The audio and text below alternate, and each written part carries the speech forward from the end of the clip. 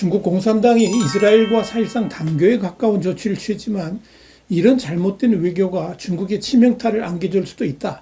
이런 분석이 나왔습니다. 이는 한마디로 시진핑 주석과 왕이 외교부장이 국제정세를 잘못 판단한 것으로부터 기인된 것인데, 이로 인해 중국은 중동 지역에서도 인심을 잃고 동시에 이스라엘로부터 완전히 버림받음으로 인해서 이 중동 외교의 대참패를 맛보게 될 것으로 보입니다. 또한 중국이 이스라엘에게 역으로 당할 수도 있다는 경고도 나오는데, 여기에 대해서 화이트타임스가 짚어봤습니다. 지금 시작합니다. 대만의 자유시보는 9일 미국 싱크탱크인 국제평가전략센터의 선임연구원인 페이쉐리의 글을 게재하면서 중국 공산당은 중대하고 어쩌면 치명적일 수도 있는 실수, 곧 바로 유대인의 적이 되는 실수를 저질렀다면서, 오늘날 유대인은 이스라엘 국가를 중심으로 활동하고 있지만 그들은 최소 3,000년 동안 인류 역사상 가장 위대한 문명 중 하나를 대표한다라고 밝혔습니다. 자유시보는 이어서 갈등에서 승리하려면 두 가지 균형을 숙지해야 되는데, 힘의 균형과 오류의 균형이 그것이라면서, 즉 자신이 가장 많은 실수를 하지 않도록 하고 적이 승리하도록 돕는 것을 피하는 것을 의미한다고 짚었습니다. 그런데 중국이 바로 이런 기본적인 점에서 대실수를 했다는 겁니다. 자유시보는 이스라엘 지도자 중 누구도 중국은 우리의 적이라고 공개적으로 선언한 적이 없음에도 중국은 지난 10월 28일 중국 인민무장경찰의 조다슈 아이가 소셜미디어 플랫폼 X에 전 세계 사람들은 중국의 대만 해방은 시오니즘에 맞선 전 세계적 투쟁의 일환이라는 글을 올렸는데, 이 글은 13만 2천 회가 넘는 조회수를 기록했다면서 중국 공산당이 묵인을 받는 이런 글이 X 플랫폼에 공개적으로 올랐다는 것은 놀라운 일이다, 이렇게 짚었습니다.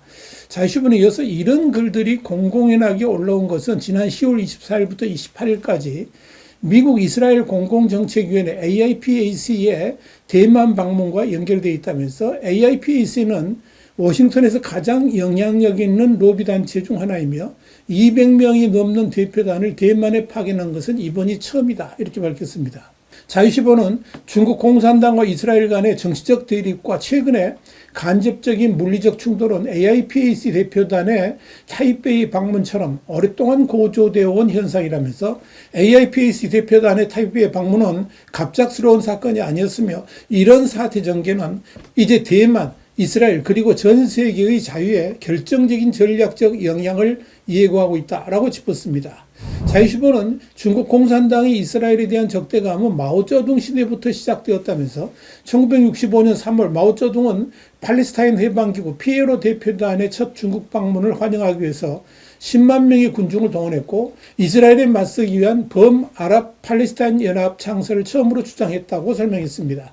실제로 마오쩌둥은 이스라엘에 맞서는 당신들은 단지 200만 명의 팔레스타인이 아니라 1억 명의 아랍인이라면서 당신들은 이 원칙에 따라 행동하고 생각해야 한다, 이렇게 말하기도 했습니다.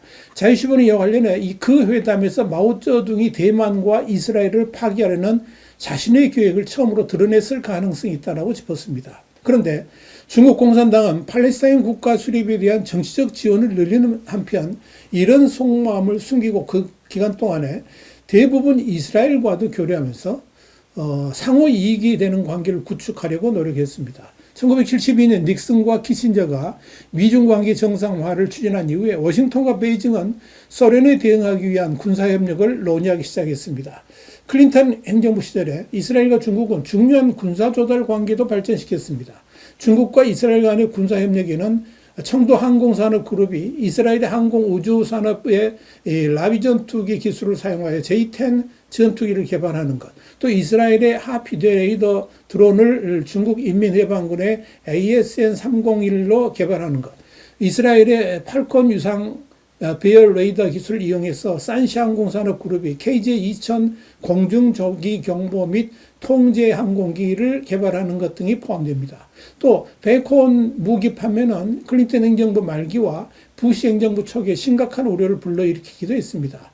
미국은 이를 반대하고 차단하기 위해 개입을 했고 저명한 미국 유대인 인사들의 지지를 받았습니다. 예를 들어 뉴욕타임스 칼럼니스트 A.M. 로젠탈은 1992년 3월 17일자 기사에서 공산 중국의 무기를 판매하는 것은 이스라엘의 국익과 민주주의 국가로서의 지위에 반하는 것이다. 이렇게 경고하기도 했습니다. 그리고 1990년대 후반 미국 띵크탱크인 헤리티지 재단에서 중국 인민해방군 현대화에 대한 외국 기술 지원에 대한 연구를 수행했는데 당시 미국 정보보호위원회 분석가들은 이스라엘의 중국에 대한 군사기술 제공에 우려를 표명했습니다. 이를 기화로 2000년대 중반 들어서 이스라엘은 중국에 대한 무기 판매를 거의 완전히 중단합니다.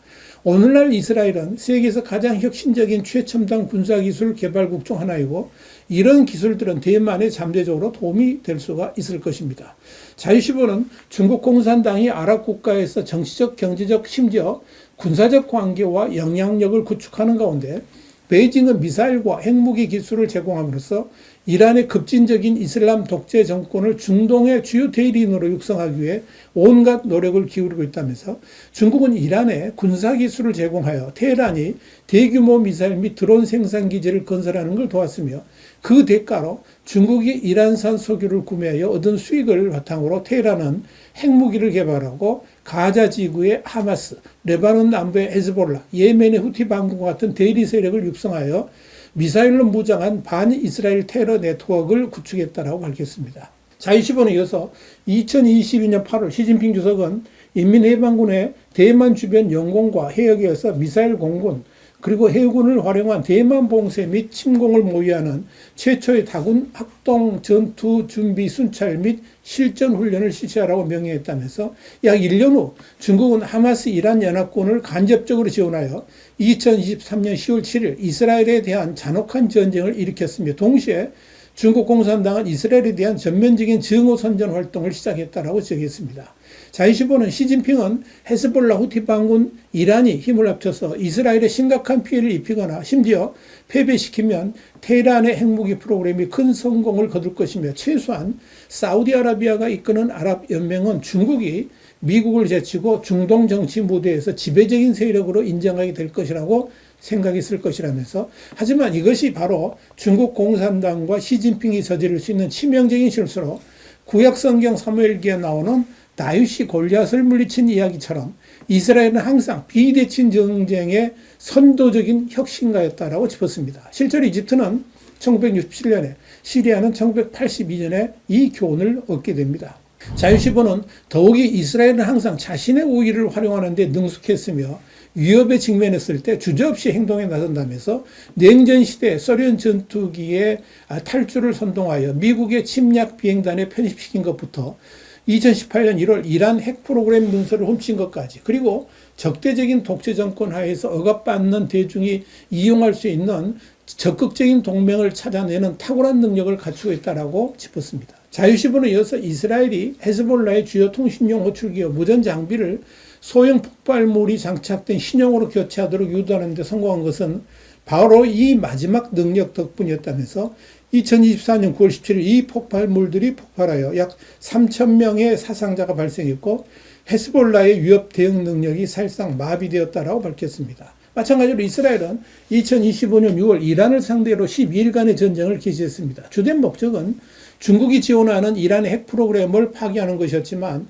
이란의 공군력을 공격하고 신권 정치에 의해 억압받는 많은 이란인의 도움을 받아서 이란의 정치 및 군사 지도부를 참수하는 공격도 수행했습니다. 이 작전을 통해 2025년 6월 22일 트럼프 미국 대통령이 B2 폭격기를 출격시켜서 이란의 여러 핵무기 연구 및 개발 시설을 공격하라는 명령을 내릴 수 있는 길이 열렸으며 이는 중동에서 세력 질서를 재편하려는 이란과 중국의 야망을 심각하게 좌절시켰습니다. 결국 이스라엘이 진행하고 있는 이란과 그 수하들과의 싸움의 기저에는 중국이 항상 도사리고 있다는 것을 이스라엘도 익히 알고 있다는 겁니다. 이와 관련해 자유시보는 이스라엘과 대만을 파기하려는 중국 공산당의 야망은 민주주의 국가와 그 동맹국들을 파기함으로써 세계 패권을 차지하려는 꿈에서 비롯되었다면서 대만을 주요 목표로 삼은 이 패권주의적 계획은 이제 이스라엘 파기로까지 확대되고 있다고 지적했습니다. 자유시보는 이어서 대만과 미국의 지도부는 이스라엘이 수십 년간 막대한 비용을 들여 개발한 비대칭 전략과 역량을 효과적으로 활용해 중국 공산당의 패권에 창의적으로 대응할 수 있을지 고려할 필요가 있다면서 더욱이 중국 공산당과 시진핑이 오랜 억압 통치를 해왔는데 언제든 대만으로 망명할 수 있는 수많은 군인들을 만들어냈을 수도 있으며 수천 개 도시 그 지역에서 수십 년간 지속된 경제 및 인권 유린이 폭로될 수도 있을 것이다. 이렇게 짚었습니다. 이런 요소들에 대해서 이스라엘이 대만과 힘을 합쳐서 불을 지핀다면 엄청난 사건이 일어날 수도 있을 것임을 자유시보는 지적하고 있는 것입니다. 이와 관련 우리 채널은 지난 9월 13일 이스라엘 중국의 전면 보복선언 대만의 무기 개발도 지원할 것이라는 제목의 중국 관찰, 유튜브로는 3,552회를 통해서 이스라엘이 중국을 향해 전면적인 보복을 선언하고 나서서 앞으로의 사태가 주목된다라고 분석한 바 있습니다. 그래서 중국이 이스라엘을 적대시하는 것 자체가 엄청난 실수를 저지른 것이다. 이렇게 말하는 것입니다. 와이타임 중국 관찰이었습니다. 감사합니다.